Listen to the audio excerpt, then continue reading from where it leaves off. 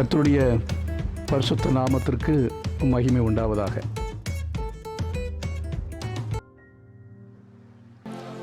அன்பின் அபிஷேகமே இந்த நாருயிரே, எந்த ஆரோக்கியமே, இந்த ஆறுதலே, எந்த அபிஷேகமே, இந்த நாருயிரே, கைகளை கொட்டி இந்த ஆரோக்கியமே, இந்த ஆறுதலே, ஹல்லேலூயா, உமக்கே ஸ்தோத்திரம் செலுத்துவே, அன்பின் தேவனை போற்றுவே, உமக்கே ஸ்தோத்திரம் செலுத்துவே, அன்பின் தேவனை போற்றுவே.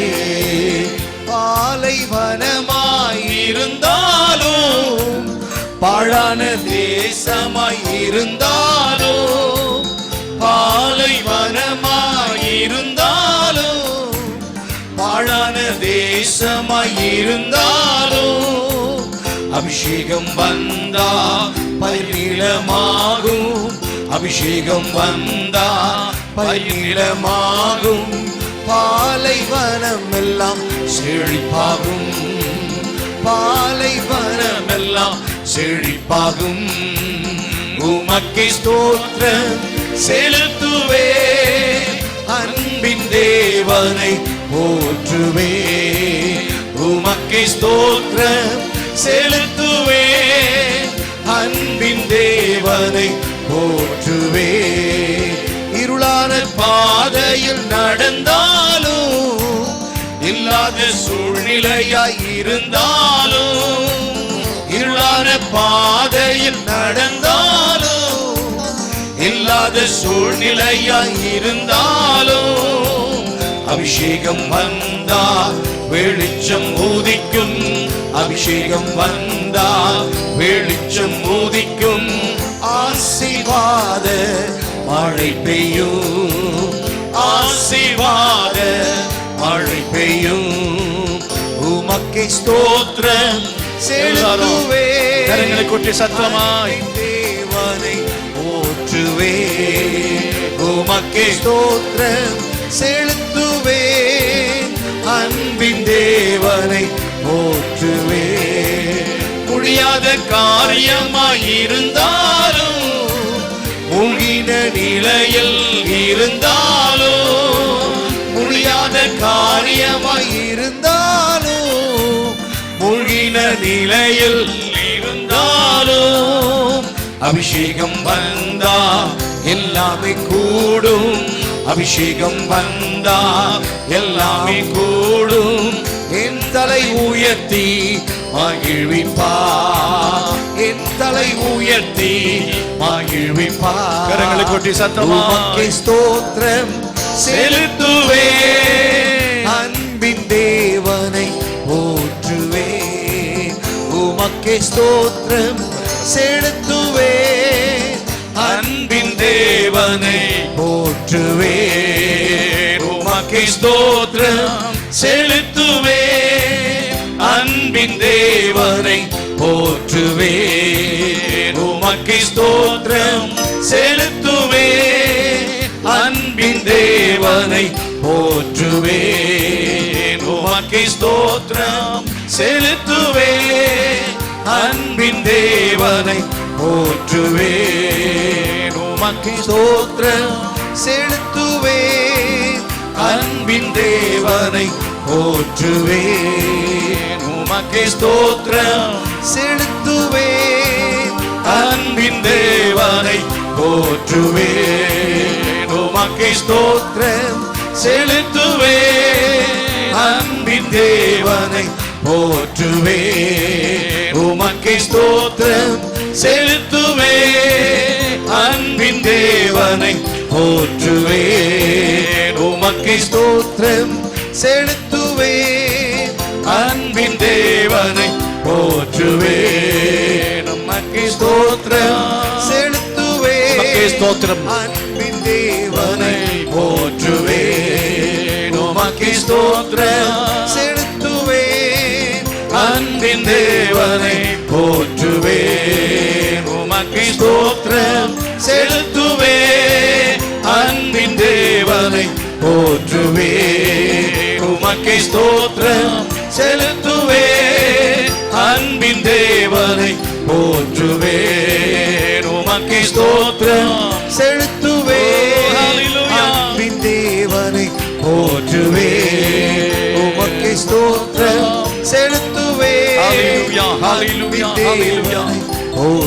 எல்லாரும் கர்த்தரை ஸ்தோத்திரம் பண்ணுங்க. எல்லாரும் கர்த்தரை ஸ்தோத்திரம் பண்ணுங்க. எல்லாரும் சத்தமாய் வாய்களை திறந்து கண்களை மூடி ஆண்டவரை துதியுங்கள். அவரை மகிமைப்படுத்துங்கள். அவரை ஆராதியுங்கள். ஹல்லேலூயா. Yes, yes, yes, yes, Lord. Let the Holy Spirit fill everyone. ஒவ்வொருடைய பரிசுத்த ஆவியானவர் நிரப்புவாராக, நிரப்புவாராக, நிரப்புவாராக.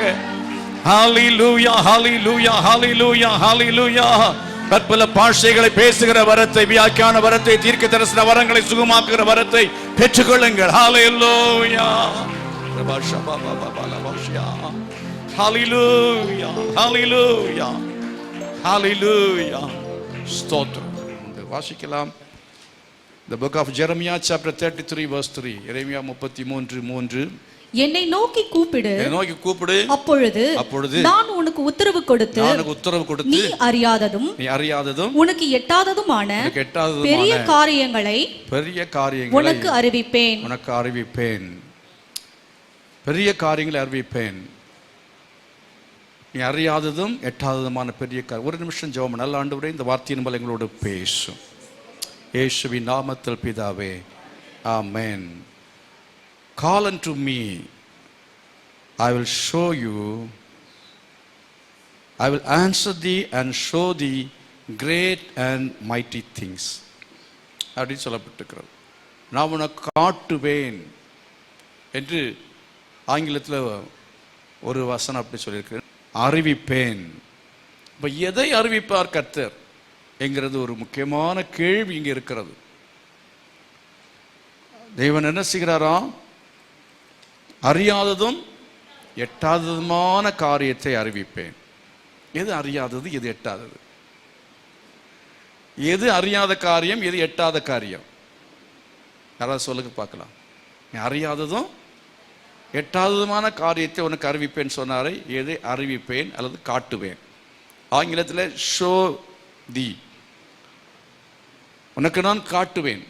அப்ப எதை காட்டுவார், எதை அறிவிப்பார்? ஏன் கர்த்தர் காயினை அங்கீகரிக்கவில்லை? ஏன் கர்த்தர் ஆபேலை அங்கீகரித்தார்?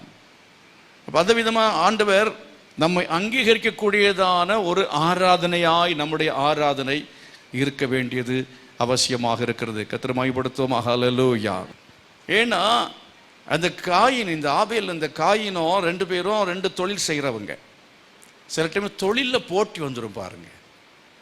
தொழிலில் போட்டி வந்துடும். அண்ணனாக இருந்தாலும் தம்பியாக இருந்தாலும் தொழிலையே போட்டி வந்துடும். எனக்கு சொல்லப்பட்ட ஒரு வரலாறு, ஒரு புஸ்தகம், வேதத்தில் சொல்லப்பட்டிருக்க ஒரு புஸ்தகம் தான்.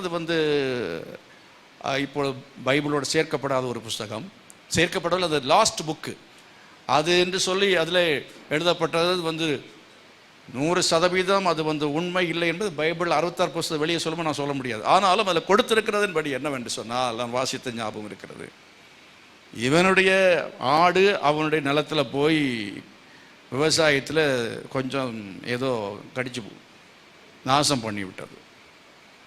அதிலேயே அவனுக்கு பிரச்சனை ஆரம்பித்தது. அதன் பின்பு திரும்பவும் வயல்வெளியில் வைத்து தான் என்ன செய்தான், பேசினான் என்று சொல்லியிருக்கிறது. ஆபேல் காயின் பேசினான், இவனை கொன்று போட்டான் என்று பார்க்கிறோம்.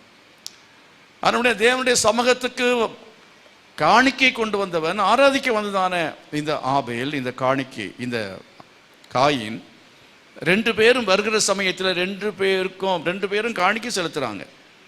ரெண்டு பேரும் காணிக்கை செலுத்துகிற ஆராதிக்க வந்திருக்கிறான். ஆனால் ஒருத்தன் பார்க்காமலே செய்து நிற்கிறான். இவன் இப்படி தானே காணிக்கை செலுத்துறான், அவன் இப்படி தானே காணிக்கை செலுத்துறான். அங்கீகரிப்பாரா கேட்குறேன். மனைவி 7 மணி ஆராதனைக்கு வந்து ஆராதனை பண்ணிட்டு போறா, புருஷன் 11:30க்கு வர்றான். காரணம் என்ன? டிரான்ஸ்போர்ட்டேஷன் ப்ராப்ளம் இல்லை, வேற ஒரு ப்ராப்ளம் இல்லை. இவனுக்கு ஒரே ஆராதனைக்கு வர்றதுக்கு பிடிக்கல. அவன் ஆராதிக்கிற ஆராதனை என்ன செய்ய மாட்டேன், வரமாட்டேன் அப்படி என்று சொல்லி இருக்கிறதான உன்னுடைய ஆராதனையை கர்த்தர் எப்படி அங்கீகரிப்பார் என்று கேட்கிறேன். கர்த்தர் அங்கீகரிக்க மாட்டார். அங்கீகரிக்க மாட்டார்னு அர்த்தம் என்ன?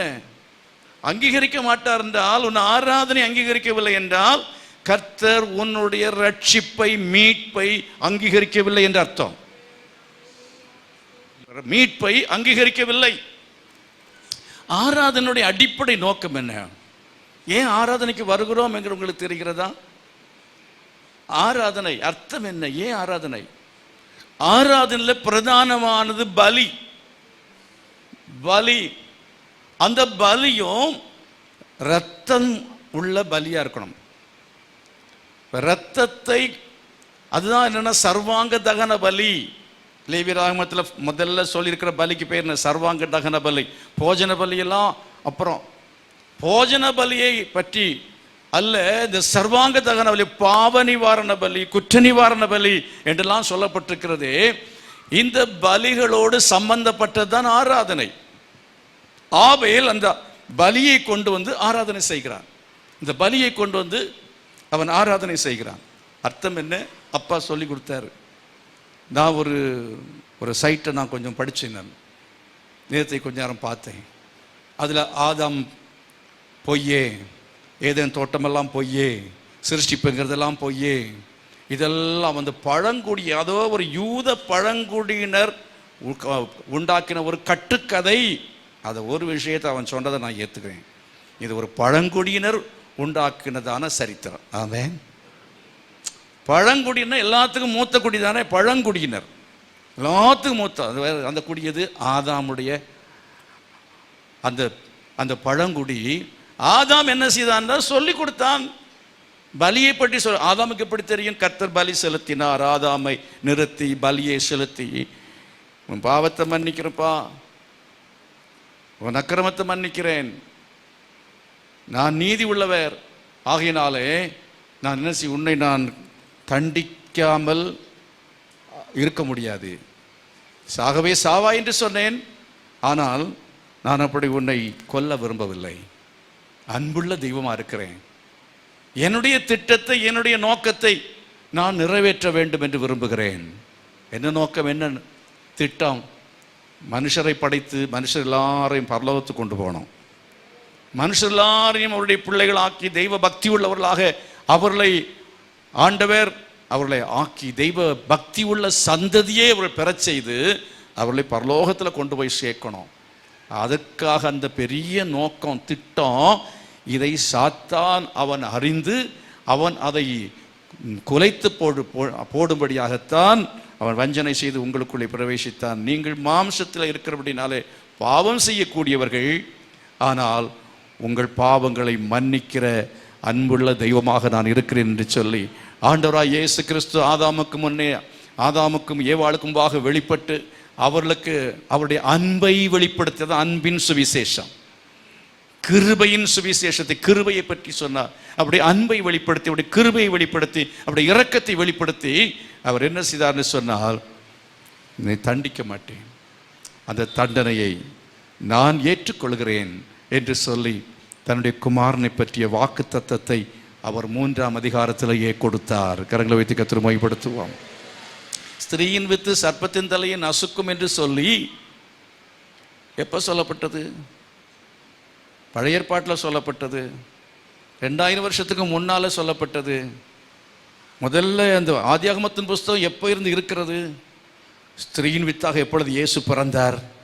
கன்னியின் வயிற்றில் எப்போ பிறந்தார்? 2000 வருடங்களுக்கு முன்பதாக பிறந்தார். அப்போ எப்போ கட்டுக்கதையாக மாறும்? எல்லாம் ஒரே நேரத்தில் எழுதப்பட்டிருந்த கிறிஸ்து பிறந்த பிறகு பழைய ஏற்பாடும் புதிய ஏற்பாடும் எழுதப்பட்டிருக்கும் என்று சொன்னால் இது கட்டுக்கதை. கிறிஸ்துவின் மீட்பை பற்றி பழைய ஏற்பாட்டிலே இவ்வளவு தெளிவாக எழுதப்பட்டிருக்கும் பொழுது அது புதிய ஏற்பாட்டிலே நிறைவேறி இருக்கிற சமயத்திலே அது தீர்க்க தரிசனங்களும் நியாய பிரமாணங்களுமாக இருக்கிறது. கரங்களை வைத்து கர்த்தரை மகிமைப்படுத்துவோம். வேதம் ஒரு கட்டுக்கதை அல்ல, அது தீர்க்க தரிசனங்களும் நியாய பிரமாணங்களும் அடங்கிய புஸ்தகங்களாக இருக்கிறது, புஸ்தகங்கள் அடங்கிய புஸ்தகம். பிரியமானவர்களே, இந்த அன்பின் தேவனை அறிந்து கொண்டவன், இந்த ரட்சிப்பை தெரிந்து கொண்டவன், புரிந்து கொண்டவன் யாரு? அது பெற்றுக்கொண்டவன் ஆதாமும் ஏவாளும். அவருடைய பிள்ளைகளுக்கு அதை அவன் சொல்லிக் கொடுத்தான். கரங்களை வைத்து கர்த்தரை மகிமைப்படுத்துவான்.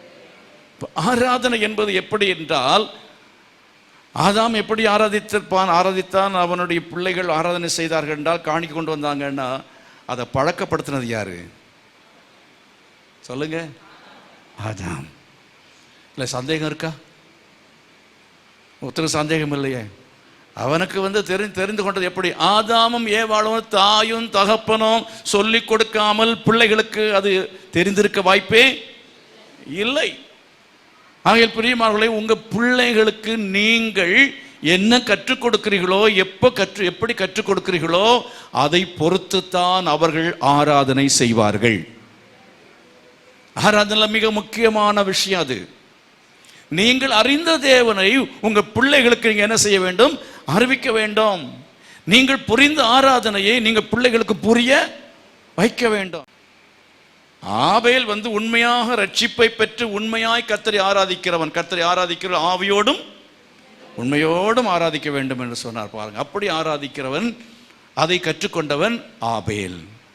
ஆனால் சடங்குக்காக வந்தவன், பாரம்பரியமாய் செய்ததை இவன் செய்யும்படி வந்தவன். ஏதோ கடமைக்காக செய்யணும் அப்படி என்று சொல்லி ஆராதனைக்கு வந்தவன் தான் காயின்.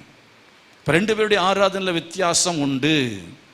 இது நீங்கள் எபிரேயர் நிருபத்திலே 11ஆம் அதிகாரத்திலே நீங்க வாசித்து பாருங்கள்.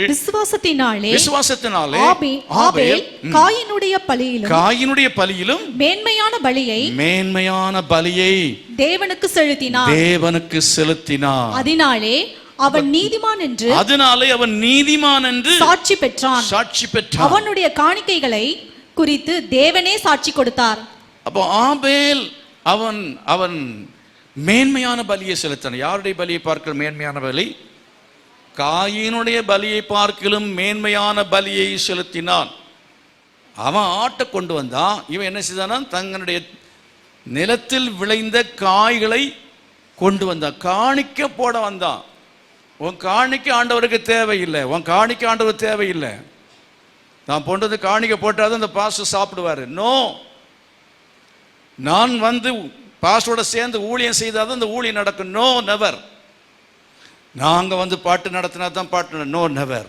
ஆபேல்களை நாம் உருவாக்க வேண்டுமே தவிர காயின்களை உருவாக்க கூடாது. கரங்களை வைத்து கர்த்தரை மகிமைப்படுத்துவோம். ஹல்லேலூயா. ஆபேல்கள் பெருகட்டும்னு சொல்லுங்க. இப்போ ஏன் நம்ம சண்டே ஸ்கூலுக்கு பிள்ளைகளை அனுப்புறோம்னா, அந்த பிள்ளை கொஞ்சமாவது அங்கே சரியாக நடக்கும் என்று சொன்னால் கொஞ்சம் இல்லை, முழுமையாக கர்த்தருக்குள் வளர்க்கப்படுவார்கள். இங்கே நீங்கள் முழுமையாக வசனத்தை கேட்க முடியும். சொல்ல, ஆண்டவரே ஆபேல்கள் உருவாக வேண்டும். ஆபேலுடைய ஆராதனைகள் பெருகட்டும் ஆண்டவரே. ஆராதனை ஆபேல்கள் பெருகுவார்களாக. அதாவது நீதிமான்கள். அருமையார்களே, நம்ம எல்லாரும் கர்த்தரை உண்மையோடு ஆராதிக்கணும், ஆவியோடு உண்மையோடு ஆராதிக்கணும், நீதிமான்களாய் ஆராதிக்க வேண்டும். கரங்களை வைத்து கர்த்தரை மகிமைப்படுத்துவோமா? கையில் வைத்து கேளுங்க. ஆண்டவரே, நாம் உண்மையாக ஆராதிக்கணும், ஆவியோடும் ஆராதிக்கணும். என் பிள்ளைகளையும் அப்படி கற்றுக் கொடுக்க வேண்டும். உண்மையாய் ஆராதிக்க, ஆவியோடு ஆராதிக்க கற்றுக்கொள்ள வேணும். ஆண்டவரே, இந்த உண்மையான பலியின் அந்த மேன்மையை அறிந்தவனாக, ஆண்டவர் ரட்சிப்பின் அடிப்படையாக இருக்கிற அந்த பலியை கர்த்தாவே ஆண்டவரை குறித்ததான அறிவை பெற்றவனாக, விசுவாசத்தை பெற்றவனாக, கர்த்தாவே உம்மை நான் விசுவாசித்து, சிலுவையின் மரணத்தை விசுவாசித்து, சிலுவையில் அடிக்கப்பட்டதான உம்முடைய ஆண்டவரே அந்த சரீரத்தை விசுவாசித்து, எனக்காக நிவர்த்தி செய்யப்பட்ட பாவ நிவாரண பலியாக உம்மை நினைத்து நான் ஆராதிக்க வேண்டும். உம்மை நினைத்து கர்த்தருடைய பந்தியை நான் எடுக்க வேண்டும். அப்படிப்பட்ட மேன்மையான பலியை செலுத்த, மேன்மையான ஆராதனையை செலுத்த எனக்கு உதவி செய்யும் என்று சொல்லி கர்த்தரை மகிமைப்படுத்தும். ஹல்லேலூயா. அருமையானவர்களே, ரட்சிப்புக்கேற்ற விசுவாசத்தோடு கூட அந்த இயேசு கிறிஸ்துவினுடைய பாடு மரணத்தை பலியை விசுவாசித்து பாவங்களை அறிக்கை செய்து ஆராதிக்கிற ஆராதனை, அதான் மேன்மையான ஆராதனை, அதான் மேன்மையான பலி. காயின் அவன் என்ன செய்தான்? நிலத்தில் பயிரிடுகிற சிலவற்றை கொண்டு வந்து, சிலவற்றைன்னு சொன்னா சரியில்லாத காய் கூட இருக்கும், அதான் சிலவற்றைன்னு சொல்லியிருக்கு. கழிச்சு போட்டது எல்லாத்தையும் கொண்டு வந்து இது சாமி கொடுக்கறது, ஆண்டவர் கொடுக்கலான்னு சொல்லி இங்கே கொண்டு வந்து அவருக்கு எது வேணால் கொடுக்கலாம். சிலர் கிழிஞ்சு போன நோட்டை கொண்டு வருவான். அது எங்கே போனாலும் என்ன செய்யாது, செல்லுபடி ஆகாது. இது போட்டால் பாஸ்டர் யாரையாவது வச்சு பேங்கில் கொடுத்தா அதை வாங்கிக்கிடுவார்ல. ஆமாம், நமக்கு எக்ஸ்ட்ரா போக முடியாது. அவர் போட்டோம் செய்வோம். ஆனால் அதல்ல, அதல்ல. நீ கர்த்தருக்கு இருக்கிறத புது நோட்டை பார்த்து போடணும். ஆமென். நீங்க ஆதியாகமத்தில் 4ஆம் அதிகாரத்தை என்ன படிக்கிறீங்க? பின்பு காயின் நிலத்தின் கனிகளை கர்த்தருக்கு காணிக்கையாக கொண்டு வந்தான். ஆபேலும் தன் மந்தையின் தலையீற்றுகளிலும் அவைகளில் கொழுமையானவைகளிலும் சிலவற்றை கொண்டு வந்தான். சிலவற்றை என்ன செய்தான்? கொண்டு வந்தான். புரிஞ்சுதா உங்களுக்கு? காயின் என்ன கொண்டு வந்தான்? சிலவற்றை கொண்டு வந்தான். அதில் எந்த விதமான அடைமொழியும் கிடையாது. ஆனால் இவன் தலையீற்றுகளிலும் கொழுமையானவைகளிலும் அப்படின்னு சொல்லப்பட்டிருக்கிறது. இப்போ தலையீற்றுகளில் the best, the first one. தலையீற்று அப்படின்னா the first, the second, the best, the first and the best. இப்போ தசமபாகம் கொடுக்குறீங்கன்னா இப்போ தசமபாகத்தை எங்கே முக்கியத்துவப்படுத்த? தசமபாகம் என்கிறது ஆராதனையில் கொடுக்க வேண்டும் என்கிறது ஒன்று இருந்தாலும் அது அல்ல. இயேசு கிறிஸ்து சிலுவையிலே அறையப்பட்டு பலியானார். அந்த பலிக்கு ஈடாக எதுவுமே இல்லை. நான் என்ன செய்வேன்? ரட்சிப்பின் பாத்திரத்தை எடுத்துக்கொண்டு உம்முடைய நாமத்தை என்ன செய்வேன்? தொழுது கொள்வேன் என்று சொல்கிறான் பாருங்க. அது என்னத்தை செலுத்தி தொழுது கொள்வேன் அப்படின்னு கேட்குறான். ஒன்றுமே ஈடு கிடையாது. அட்லீஸ்ட் அவர் சொல்லி இருக்கிறதன்படி 10ல் 1 கொடுக்குறேன். எல்லாத்தையும் அவர் கேட்கலையே. ஜிஎஸ்டி, அந்த எஸ்டி, இந்த எஸ்டி, சேவை வரி, அந்த வரி, இந்த வரி, இது ஒன்றும் அவர் கேட்கல. அவர் என்னங்கிற 10ல் 1 என்ன செய், கொண்டு வந்து ஆலயத்தில் நீ போடு, கொடு. அப்புறம் காணிக்கை செலுத்து, தலையீட்டுகளை செலுத்து, முதற்பலன்களை செலுத்து, அப்படி என்று கர்த்தர் சொல்லுகிறார்.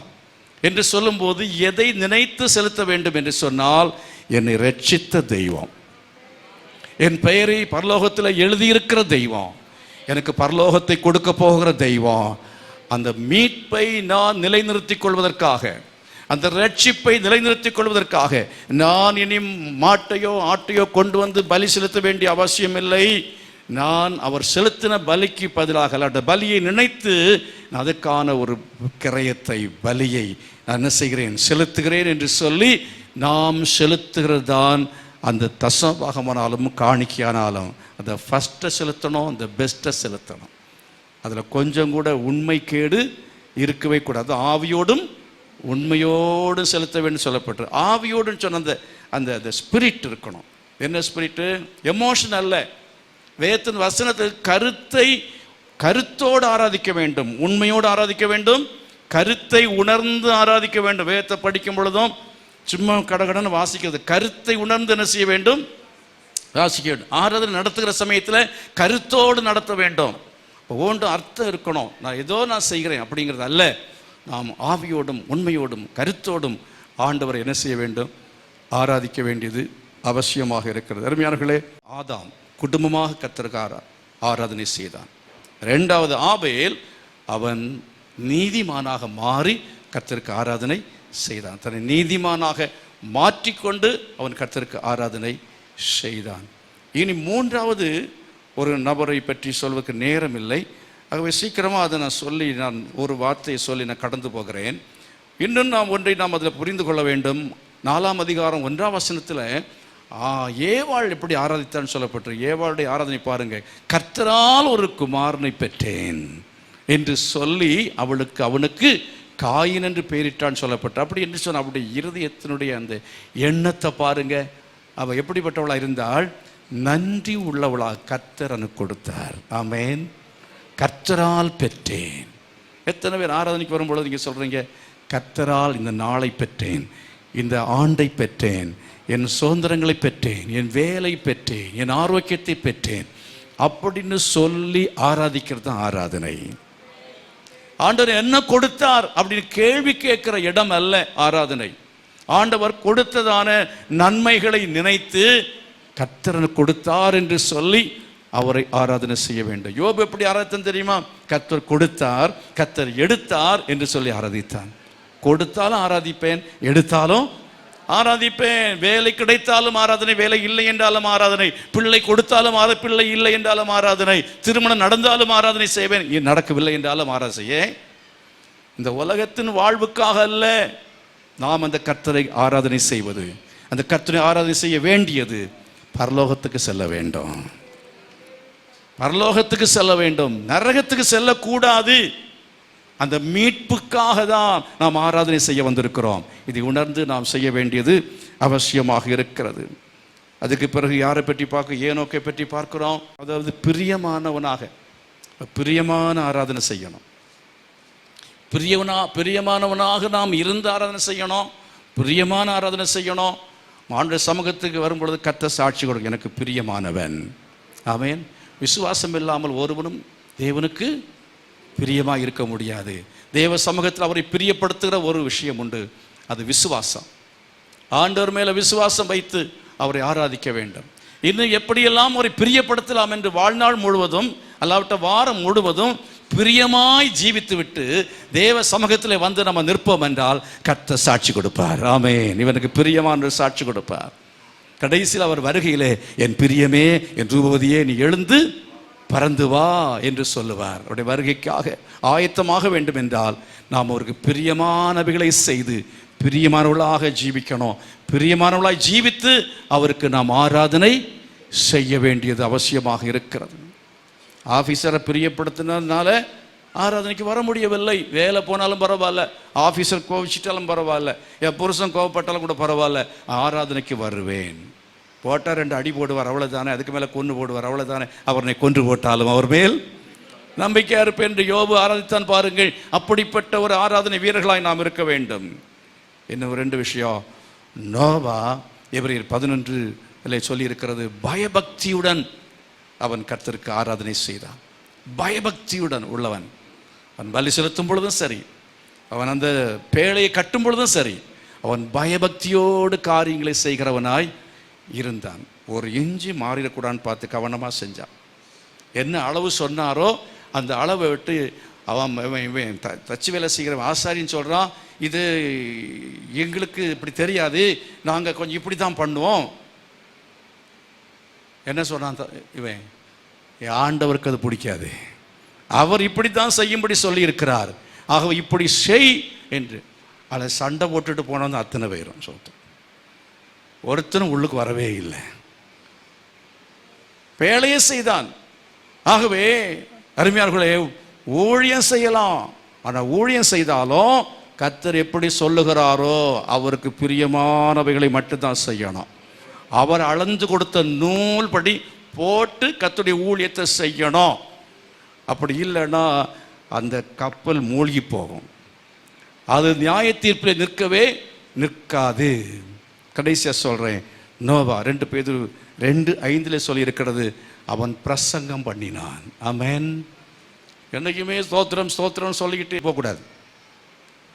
இஸ் எ பிரீச்சர், நீதியை பிரசங்கம் பண்ணுகிறவன்.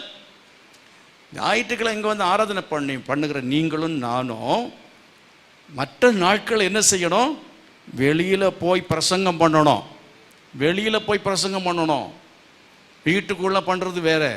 வீட்டுக்குள்ளே அவன் பண்ணனால தான் அந்த 8 பேர் உள்ளே பிரவேசித்தார்கள். வீட்டில் பிள்ளைகளுக்கு பிரசங்கம் பண்ணணும், சிலட்ட மனைவிக்கும் பிரசங்கம் பண்ண வேண்டியது வரும். ஒரு மனைவி புருஷனுக்கும் பிரசங்கம் பண்ண கர்த்தரை பயன்படுத்துவார். ஆமாம், நல்லலோயா. வெளியில் பக்கத்து வீட்டில் சுற்றிலும் உள்ள ஜனங்களுக்கு, தெருவில் கிராமத்தில் போய் நாம் பிரசங்கம் பண்ண வேண்டும். பிரசங்கம் பண்ணுறோமா?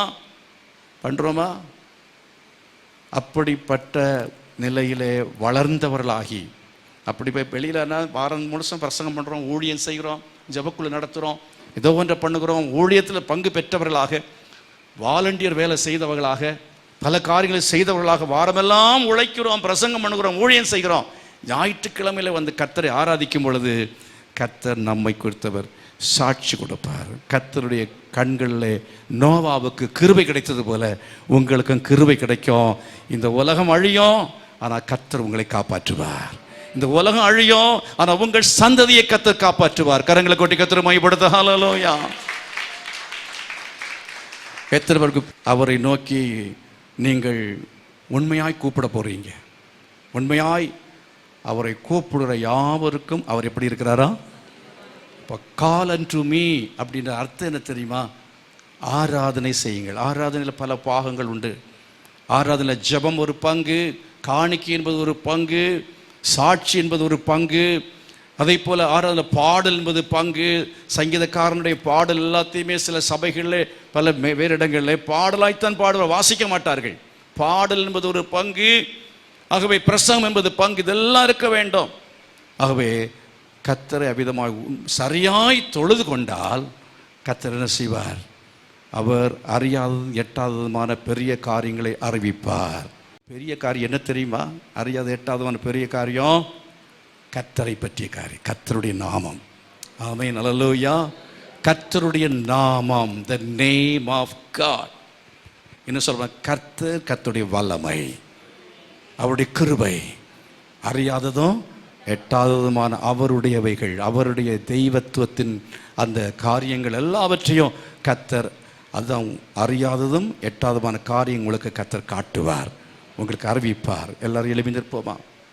ஆமென், ஹல்லேலூயா. தகப்பனே, நன்றியோடு உமக்கு ஸ்தோத்திரம் செலுத்துகிறோம். இந்த நாளில் கர்த்தாவே எங்களோடு பேசின வார்த்தைகளுக்காய் ஸ்தோத்திரம் செலுத்துகிறோம். எங்களோடு இடைப்பட்டதுக்காய் ஸ்தோத்திரம் செலுத்துகிறோம்.